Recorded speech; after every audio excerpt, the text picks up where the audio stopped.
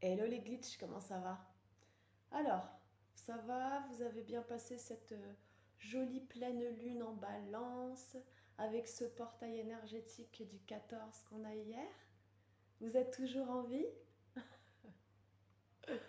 Moi, je vous retrouve aujourd'hui pour une petite météo énergétique. Je sais que vous aimez ça, ça vous donne un peu une teinte, une idée de ce que vous allez pouvoir percevoir, ressentir, traiter comme information de votre système durant la semaine. Alors, les gars, j'ai pas des bonnes nouvelles, mais c'est pas grave. On est dans une phase où on est encore en train d'apprendre, on est encore en train d'épurer. Mais du coup, les calculs sont pas bons, hein, Kevin. Alors, cette semaine, par rapport au placement qu'il y a dans le ciel, je suis déjà en train de me marrer, désolée. Bon, il y a toujours Chiron hein, qui est là, qui nous fait chier, qui est pas trop loin. Chiron, pour rappel, c'est tout ce qui va être les blessures émotionnelles profondes. Donc, encore une fois, c'est normal d'épurer encore le passé, etc., etc. De toute façon, c'est simple. Pardon. Tous ceux qui n'auront pas fait le travail d'aller se cueillir à l'intérieur de leur ombre, de se cueillir à l'intérieur de leurs croyances limitantes et erronées qui faisaient partie d'eux, mais dans une ancienne version, ces gens-là risquent d'être un peu plus en PLS mental et émotionnel encore cette semaine. Pardon, je suis désolée, ça me fait rire. Parce que vous n'avez pas fini le travail, donc vous allez vous remettre un peu le nez dans votre caca, et puis vous allez voir que ça puque. Et c'est parce que vous voyez que ça puque que vous allez commencer à nettoyer. Hein, voilà. Donc, comme j'aime bien dire en séance, avant de faire la déco, avant d'être dans le changement, le renouveau, on débrousse d'abord le jardin, quoi. Voilà. Donc, on est encore dans le débroussage pour certains. Euh, Vous n'êtes pas en retard, hein. Voilà, c'est pas ce que ça veut dire, mais ça commence à être long chez vous, quoi. Donc, allez-y, n'hésitez pas. Descendez à l'intérieur de vos profondeurs. Allez voir les zones où vous pinaillez. Allez voir les zones où vous avez accepté des choses que vous ne vouliez pas. Et du coup, ça a carrément enrôlé votre système. Voilà. Je regarde mes petites fiches en même temps. Et vraiment, je me marre, mais désolé, il doit y avoir Maitreya derrière moi qui m'amène son énergie. Alors, je rigole aussi parce que ça me fait penser à des trucs pour moi, hein. Vous savez, on bosse tous à nos étages de compréhension. Alors, de ce que j'ai canalisé encore cette semaine, donc on a croyances limitantes du passé qui vont encore remonter. Encore une fois, c'est ce que je vous disais, c'est à épurer, c'est à enlever, c'est à venir observer. Il y a beaucoup de ces croyances limitantes que vous allez capter cette semaine pour certains, qui sont vraiment liées à l'épuration de votre transgénérationnel. Les dernières séances que j'ai fait cette semaine, c'était beaucoup porté sur le transgénérationnel et la psychogénéalogie. C'est le moment en ce moment de poser des questions aux vieux et aux aïeux de votre famille. C'est le moment de reparler à vos parents, aux grands-parents, aux tantes, aux oncles, etc. Pour essayer de pouvoir essayer, pour essayer, vraiment essayer, hein, pour pouvoir avoir des informations sur leur vie, leurs souvenirs, leur vécu, leurs blessures, ce qui vous permettront, vous, à votre tour, de mieux comprendre aussi peut-être ce que vous avez engrammé dans votre système qui vient justement de votre clan de sang. Il y a beaucoup dans les énergies avec la lune en balance des vérités cachées, des vérités de famille qui peuvent voir le jour si vous grattez un petit peu le début de la surface. Profitez-en. Et vous savez, les gens, ils sont contents de partager leurs souvenirs, ils sont contents de partager leur histoire. Et vous, encore une fois, ça vous permet de mieux comprendre vos mécanismes internes, de mieux comprendre votre système. J'ai déjà fait une vidéo là-dessus la semaine dernière, mais je vous reparle de ça parce que c'est toujours dans les énergies du moment, si vous voulez essayer de continuer de clarifier votre système, de clarifier votre mental, votre émotionnel. Mais en ce moment, on est vraiment dans aller chercher qu'est-ce qui a été traumatique chez vous durant la petite enfance, qu'est-ce qui a été traumatique chez vous durant l'âge de l'adolescence ou le début de l'âge adulte.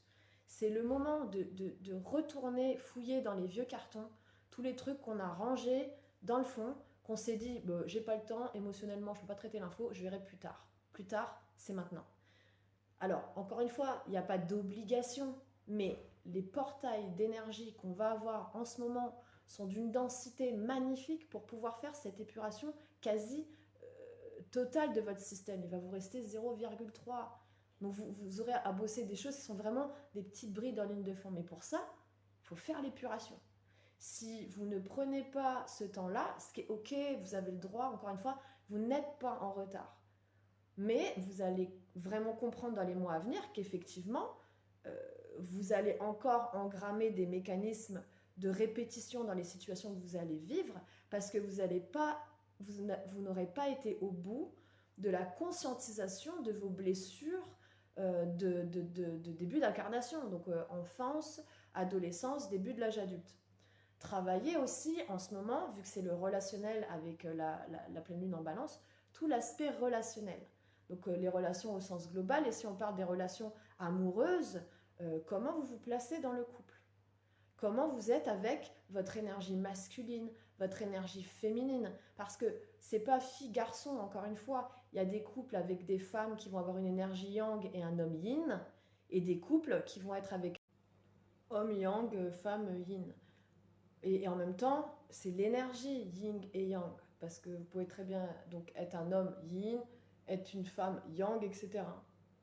Donc on parle vraiment de l'énergie, hein, on parle pas fille-garçon, d'accord? On parle énergie yang, énergie yin. Bon, ça marche pas pour les non-binaires et les virgules, hein, mais sinon pour le reste, vous devriez vous y retrouver. Pardon. Je ferai une vidéo là-dessus aussi, un de ces quatre. Alors, dans tout ce travail-là, au niveau de... Où vous en êtes? Pardon, je rigole toute seule de mes blagues. Donc, comment vous vous placez dans l'énergie du couple? Est-ce que vous avez l'impression d'être dans une énergie de sacrifice depuis longtemps? Si c'est le cas, observez pour pouvoir bouger et se faire du bien parce que on n'a pas été dans une énergie de sacrifice quand on est dans le couple, justement. C'est un échange, ça travaille en vase communicant, mais il n'y a pas de perte d'énergie, hein, à part quand c'est en déséquilibre. Bien observer aussi, parce que ça s'est retrouvé chez moi en séance sur les couples, les dettes karmiques. Donc peut-être vérifier aussi si vous, avec vos conjoints, tout ça... je vais dire conjoint parce que je suis une fille, c'est plus facile pour moi. Après, vous faites pour vous. Voyez peut-être avec vos conjoints, surtout si vous êtes plutôt dans la conscience, donc ça veut dire que vous avez tendance en plus à nettoyer pour le collectif, vous avez tendance à avoir pas mal de mémoire engrammée à l'intérieur de votre système parce que vous êtes en train de les libérer. Donc checkez un peu les dettes karmiques s'il n'y a pas des résidus encore entre vous à enlever ou à lever. On me dit de faire une parenthèse sur dette karmique. Donc dette karmique, qu'est-ce que c'est? En gros, c'est une dette quoi. Mais de avant. Ça t'a aidé, hein? Alors, un exemple, allez les guides, donnez-moi un exemple s'il vous plaît. Ok, un exemple, un couple, la femme reste au village, le mec part à la guerre, et ils se font un pseudo-vœu verbal en mode ma bien-aimée, mon bien-aimé, je t'attendrai toute l'éternité et plus encore, car tu es l'élu de mon cœur. Voilà quoi. Mais vous savez que quand on fait ça avec beaucoup de conscience et d'intention, on engramme des choses dans les plans énergétiques. Donc ça peut créer des dettes karmiques. Ce qui fait que ici, il peut y avoir des fois des inconforts quand vous allez retrouver ces âmes avec qui vous bossez depuis longtemps, où il peut y avoir encore des mémoires à nettoyer et à lever qui seront en rapport avec la dette intention posée quoi. En gros, va nettoyer tes malus. Tu vois, on a les bonus, c'est les dharmas, et on a les malus, c'est les karmas. Donc c'est pas bien et mal, encore une fois, c'est bon, t'as un peu savonné la planche, t'es en train d'apprendre. Voilà, excusez-moi, oponopono, j'ai compris, je m'excuse, hop, et puis tu peux passer à une autre classe, à un autre étage de compréhension de conscience, quoi. Alors, on me dit de vous donner 2-3 exemples pour libérer les dettes karmiques. Alors, je vous donne. C'est parti. 2 exemples. Premier exemple, tu pourrais simplement faire une lettre en conscience, une fois que tu as bien analysé un petit peu les mécanismes que ça déclenche chez toi, en fait, tout ça. De toute façon, tu as vu, on a eu l'habitude, hein, Mars, on a pris tellement des high kicks dans la tronche que tu t'es revomi, redigéré, remangé, revomi, redigéré, remangé. Et en fait, Mars, c'était comme plein d'attaques de notre propre mental à nous-mêmes, mais c'était pour vraiment qu'on puisse mettre en lumière tous nos mécanismes de protection qui sont liés à nos peurs et à nos croyances limitantes. Et ça nous ramenait vraiment cette énergie de j'arrête en fait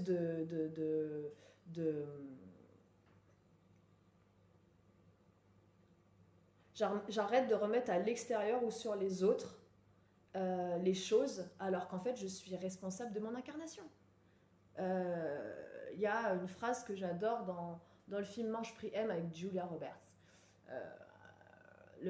En substance, hein, mais le mec lui dit le matin en mode la meuf elle galère, elle n'arrive pas à faire ce qu'elle veut, elle n'arrive pas à se développer spirituellement, elle est en train de s'exciter toute seule avec elle-même et du coup elle est dans ce qu'on appelle l'énergie de la défiance en fait, et de la cristallisation.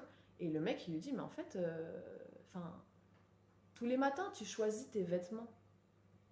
Pourquoi le matin tu choisis pas tes pensées? Alors la phrase elle a l'air bête, mais elle est bête en fait quoi. Je veux dire, nous les humains on a tendance à se compliquer la vie pour regarder les autres, qu'est-ce que vont penser les autres. Alors si je peux vous donner un conseil, hein, les autres ils en ont rien à foutre de vous. Pourquoi? Parce qu'ils sont sur leur projection à eux en fait. C'est-à-dire que les gens, ils sont en train de se dire, ok, qu'est-ce que les autres pensent de moi? Qu'est-ce que les autres disent de moi, quoi? C'est-à-dire que on est tous en train, plus ou moins, pour ceux qui sont encore dans ce mécanisme-là, dans cette pensée-là, en fait, quoi. À partir du moment où vous lâchez ça parce que vous comprenez que tout le monde pense à soi, oh, tu vas voir ton jeu vidéo, il va être vachement plus cool d'un coup, quoi. Parce qu'en fait, le regard le plus difficile et le plus puissant, c'est qui? Mais c'est toi avec toi-même en permanence. Parce que 90%, tu te juges en fait. De toute façon, on l'apprend en développement personnel, en développement spirituel. Quand tu te juges, tu juges l'autre. Quand tu juges l'autre, tu te juges. Donc pareil, c'est un truc à un moment donné, tu le lâches parce que fais ta life. Hein. De toute façon, les gens, ils auront toujours un truc à dire. Quand tu fais pas, ils vont dire, t'as vu, elle a pas fait. Et puis tu vas faire, ils vont dire, t'as vu, elle a fait ça. Mais fais ta life. Fais ta life et fais vraiment ce que tu veux parce que tu es aussi venu pour moi émaner quelque chose de spécifique. Tu as une vraie teinte, une vraie texture, un vrai goût, une vraie odeur, un vrai son vibratoire qui est juste propre à toi-même. Donc, sois toi, quoi. Voilà, parenthèse finie, et on reprend du coup. Donc, tu peux faire une lettre pour libérer les dettes karmiques. Tu peux faire une lettre en conscience de tous les mécanismes que tu as pu du coup observer sur toi ces derniers temps. Et une fois que tu as fini la lettre, tu la relis 3 fois, tu dis merci, tu dis Ho'oponopono, j'ai compris, merci pour l'expérience, tu la brûles. Hop, première technique. Deuxième technique, si c'est en lien avec quelqu'un, tu appelles quelqu'un. Tu dis à quelqu'un, viens, on va boire un café tous les deux. Et tu dis à ton quelqu'un, tu sais quoi, j'ai bien mouliné ces derniers temps. Et je suis désolée parce qu'il y a des choses que j'ai mis à l'intérieur de ton système alors qu'en fait, ils venaient du mien. Et à ce moment-là, en conscience, encore une fois, vous parlez avec la personne et vous lui expliquez tout le cheminement mental que vous avez eu parce que vous vous êtes digéré, vous vous êtes observé sur justement vos mécanismes de peur à vous qui se déclenchent par le rapport à l'autre, le regard de l'autre, ce miroir. Donc, vous pouvez aussi épurer de cette manière aussi les dettes karmiques si en plus elles sont en lien avec le relationnel. Vous allez voir que si vous le faites comme ça avec quelqu'un, c'est très puissant, c'est très fort. Vous allez ressentir des choses même corporellement, chaud, des petites bouffées de chaleur, là, des rototos et on baille, etc. etc. C'est super, ça veut dire que vous êtes en train de libérer, vous êtes en train de cleaner. Magnifique. Alors, ça c'était pour tout ce qui est dette karmique. Pour revenir un peu sur les énergies de cette semaine, et je clôture avec ça je pense, on est encore dans l'épuration de l'ego. Donc, c'est ce que je disais tout à l'heure, avec des angoisses profondes qui peuvent remonter, un peu comme on a eu en janvier. Donc, tu as vu, janvier, on était un peu... Donc, ça risque cette semaine, pour ceux qui font leur dernier mètre, qui n'ont pas encore tout fini de se comprendre, de se digérer, d'être un peu plus dans retomber dans les angoisses profondes. Allez-y, caressez-les, faites-leur des câlins, pleurez, punaise, je vais le dire comme ça, pleurez un peu là, hein, j'en ai marre là, vous venez en séance, il y a tout qui est engoncé à l'intérieur, vous pleurez pas, mais Mais je vous sens, vous êtes plein d'eau à l'intérieur, vous êtes plein de colère, plein de frustration, alors que votre corps, il vous dit juste prends ta voiture et on va aller, je sais pas, au Mont Kogi et là on gueule d'un coup, mais putain, papa sourd, je suis pas content, je suis pas content de ce que je vis, je suis pas content de tout ce qui se passe dans ma life, merde, ça fait du bien, il faut sortir les choses en fait. Et puis comme ça, en sortant les choses, vous allez vous rendre compte que bah, c'est vos choix quoi. Donc ça sert à rien d'engueuler papa source. Parce que vous devez prendre la responsabilité de vos choix. Vous avez fait des choix ces derniers temps qui n'étaient pas en amour pour vous. Peut-être en amour pour les autres, mais qui n'étaient pas du tout ajustés à vous. C'est parfait. Donc profitez de ce moment pour décrasser les émotions. On ne dit pas à quelqu'un d'anxieux, calme-toi, ça va bien aller. Un anxieux, quand la cocotte elle est en train de péter, il faut le laisser sortir les choses. Voilà. T'as envie de gueuler, t'as envie de taper dans un mur, fais-le. Fais-le. T'as envie de pleurer, mais pleure. Accueillez-vous, accueillez vos émotions. Bon bah voilà, je pense que c'est à peu près tout ce que j'avais à vous dire pour les énergies de cette semaine. Est-ce que là-haut il y a un truc non pas plus non plus, il n'y a plus personne sur la ligne, donc bah voilà, on s'arrête là. N'hésite pas si tu as des questions, n'hésite pas aussi à laisser des commentaires si c'est ce que tu ressens en ce moment, si tu es aussi toi dans ton épuration et dans la digestion de toi-même. Encore une fois, c'est l'année du serpent, on se dépouille, on fait peau neuve pour se réaligner à une version qui est beaucoup plus ajustée à nous. C'est l'ère de la conscience du divin qui s'incarne dans la matière. Nous allons de plus en plus nous ajuster chacun à notre énergie divine à l'intérieur de nous. Alors, je t'envoie encore une fois beaucoup de force pour cette semaine qui va être encore un petit peu émotionnelle et mentale. Reste centré, reste dans ta verticalité. Voilà, je t'envoie beaucoup d'amour, je te dis à bientôt. C'était Margot. Ciao! Du coup, en gros, pour te donner un peu une métaphore de ce que tu vas ressentir si tu es encore en épuration et que tu n'as pas fini de bosser ton émotionnel et ton mental, de tous tes mécanismes que tu as cristallisés à cause de tes peurs et de tes croyances limitantes, en gros, c'est un peu comme quand tu es à l'after de l'after. Tu vois, tu es en after, tu es à l'after de l'after, puis tu es dans une autre after, puis du coup tu ratterris en before, tu refais une soirée, puis tu es en after, et tu es à l'after de l'after. Et tu te dis... mais qu'est-ce que je fais là en fait quoi. Tu vois, c'est vraiment ça, t'es dans des situations de vie. Ah, la métaphore elle est parfaite. Et t'es là et tu te dis mais qu'est-ce que je fais là au milieu de ces gens là qui n'ont pas de life. Avec le mec qui se prend pour un DJ qui est en slip, avec deux enceintes qui crachent et que le son il est même pas bon. Et tu te dis je vais peut-être aller à l'after d'après quand même quoi. Bah, en vrai, si tu fais ça, tu veux pas aller te regarder à l'intérieur. Et c'est ok. Mais moi, je te conseille, arrête les afters, des afters, des afters de toi-même. Et puis juste, va dans le dur, va dans le dur. Va dans le dur et va gérer tes émotions. Comme ça, après, tu te refais les soirées mode super clean, quoi. Tu vois ce que je veux dire? Mais l'énergie, c'est un peu ça.